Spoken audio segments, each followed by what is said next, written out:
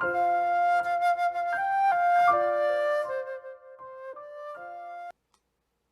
Quarterly, Philippians, Colossians, Philemon. Lesson 8, Colossians 1:15-23. Reconciled by the exalted Christ. Unlike many theologians, Paul moves easily from profound theology to doxology and back again. He loves nothing better than to hold forth the glory of the risen Christ, not merely as an intellectual concept, but as a life-transforming reality. It's through this crucified and resurrected God-man that everything around us in heaven and on earth was created. Likewise, we were saved from our former darkness and reconciled with the living God through Christ, so we might live holy lives in his service.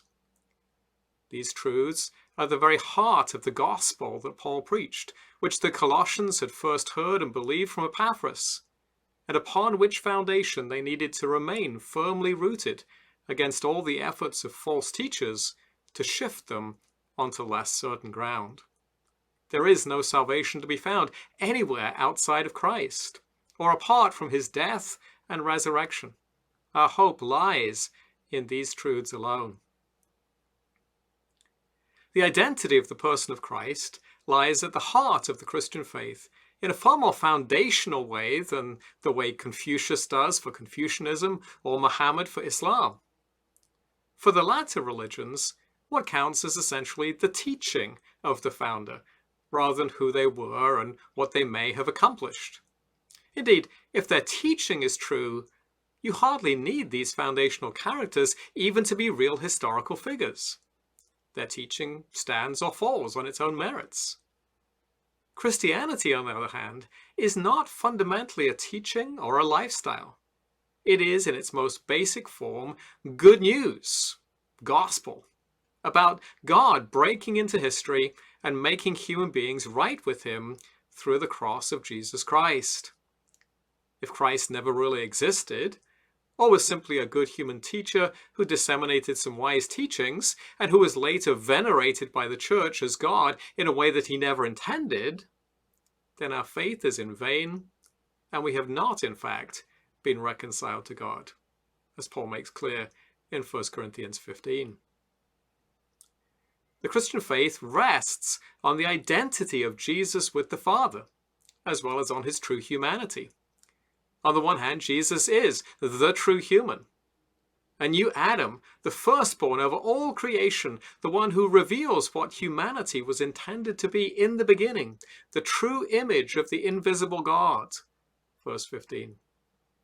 On the other hand, Jesus is far greater than the first Adam.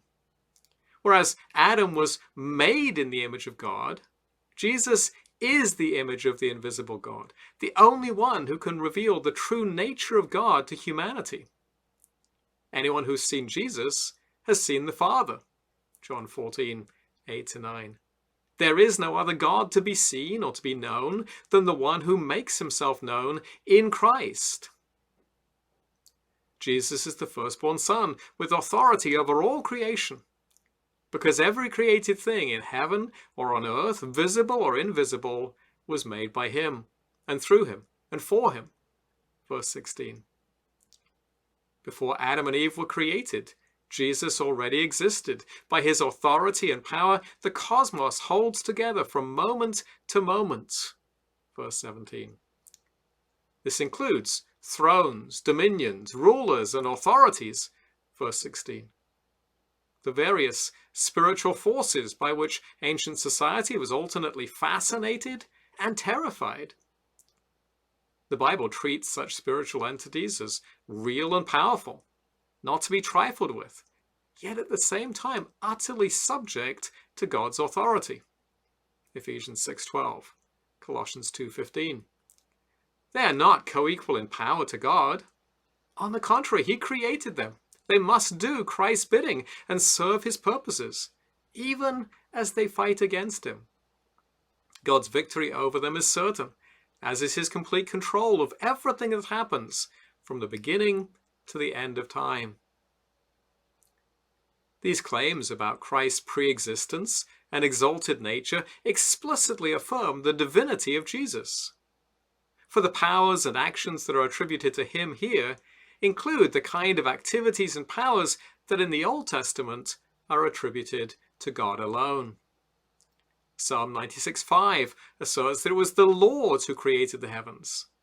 Psalm 96:10 describes the Lord as the one who holds all things together. Isaiah 40:12-26 makes similar claims about the unique status of Israel's God as the creator and the sustainer of all things.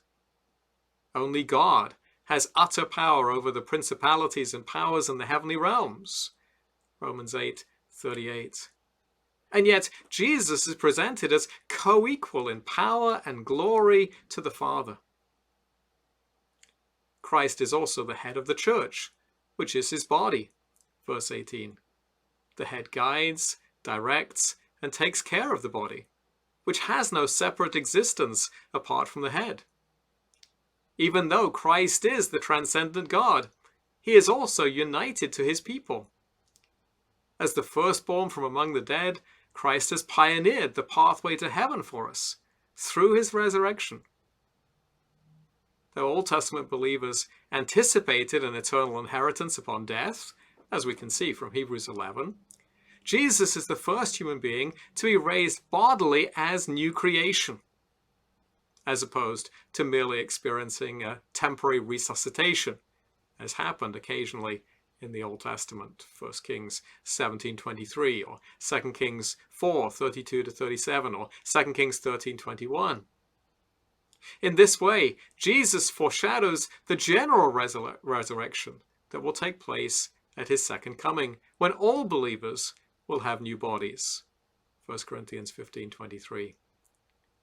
With his resurrection from the dead, Christ has now been exalted to the highest honor in the universe, being given the name above every name and seated at the Father's right hand.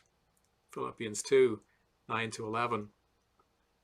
In the Old Testament, God's glory dwelt among his people partially in the tabernacle and the temple. Exodus 40:34 and 1 Kings 8:10-11. But now the fullness of God has become visible in the person of Christ. The old ways of God revealing himself through the prophets have now been superseded by the climactic revelation of God in the Son. Hebrews 1:1-4. The incarnation was the means by which God began to repair the shalom that was broken by the fall, reconciling all creation back to himself through Christ. Verse 20. More specifically, it was accomplished by Christ shedding his blood on the cross. Verse 20. Taking upon himself the punishment that our sin deserved, and thus bridging the yawning chasm that separates us from God and healing the curse under which all creation has so long been groaning. Romans 8:22. From focusing on who Christ is as the exalted Son, Paul moves on to work out the implications of that glorious theology in the lives of the Colossian Christians. Verse 21. Just as a mind that is set upon God produces good deeds, so a mind that is at enmity with God plots and carries out evil deeds. Jesus said the same thing in Matthew 7:18-20. But now that they have come to Christ, the Colossians' present and future is radically different from that dark past.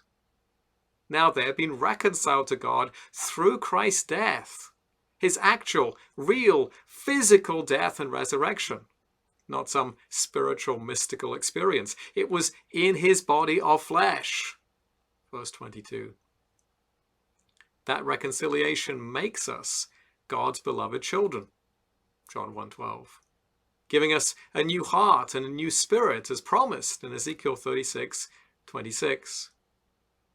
Even though as Christians we continue to sin often, now in God's sight we are always reckoned as holy, clothed in the perfect and spotless righteousness of Christ. Verse 22. Indeed, no charge can be formulated against us, for we are above reproach.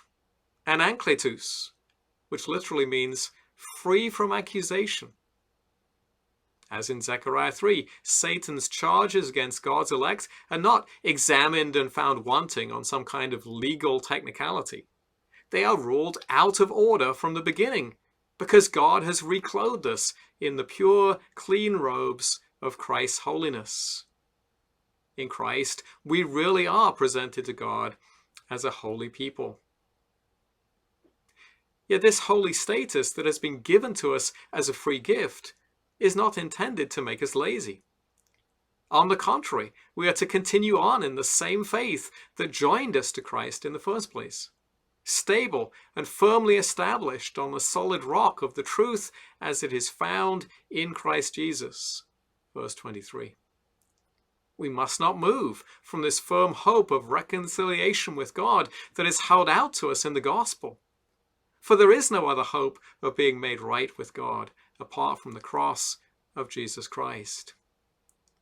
The gospel which the Colossians heard, of which this is the central teaching, is the same gospel that Paul preached, and which had been widely proclaimed throughout the then known world, to every creature under heaven. Verse 23. The Colossians must, therefore, not allow themselves to be dislodged from this solid footing by the winds and waves of false doctrine that were sweeping around them on all sides, however flattering or attractive those doctrines may sound. The gospel is our only hope. Application questions. 1. Why is it so important that Jesus was a real historical person? 2.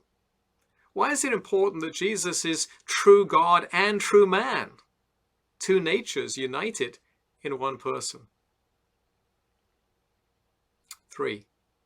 What do we mean when we say that Christ is the head of the church? 4. What does it mean to be reconciled to God?